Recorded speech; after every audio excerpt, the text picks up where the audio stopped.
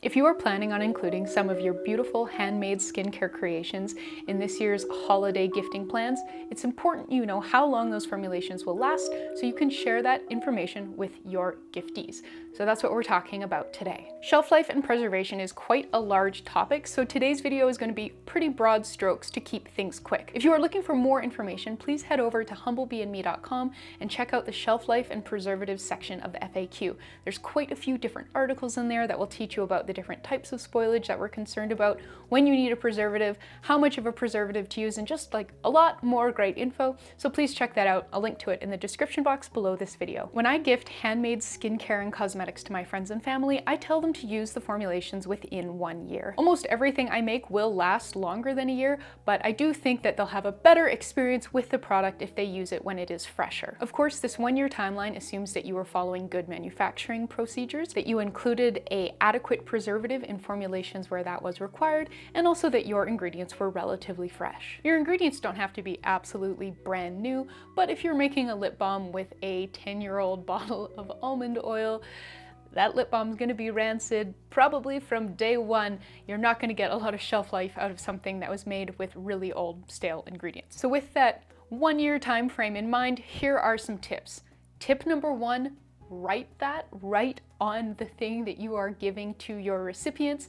There's a lot going on when you're exchanging gifts, be it Christmas morning or at a party, and it's easy to forget. So just, write that, best if used before, right on the thing. You might also consider choosing formulations and packaging that's a bit harder to contaminate. Packaging choices like pump top bottles or squeeze tubes make it a lot harder to contaminate the product within the package. Something like a jar, you're dipping your fingers into, but a pump top bottle or a squeeze tube, it just kind of comes out, and then everything that is still in the container is safe from dirty hands. Your preservative should absolutely be able to handle some level of contamination, but say you are working with a new to you-ish preservative and you're not super confident in how well it will perform, you can give it an extra sort of chance of being successful by choosing packaging that makes it harder to contaminate the product throughout use. That said, do remember that not all formulations do well in all types of packages.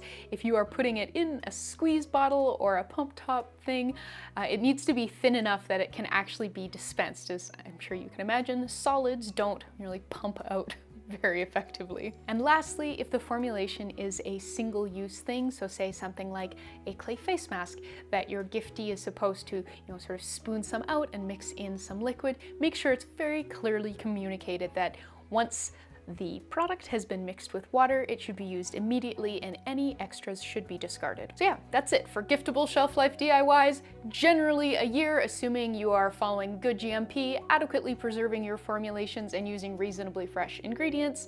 Make sure your giftees know. Write the things on the bottles, and if you want more information, please make sure you are checking out the shelf life and preservative section of the Humblebee and Me FAQ over at humblebeeandme.com. But thank you so much for watching. Happy gifting, happy making, and I'll see you later.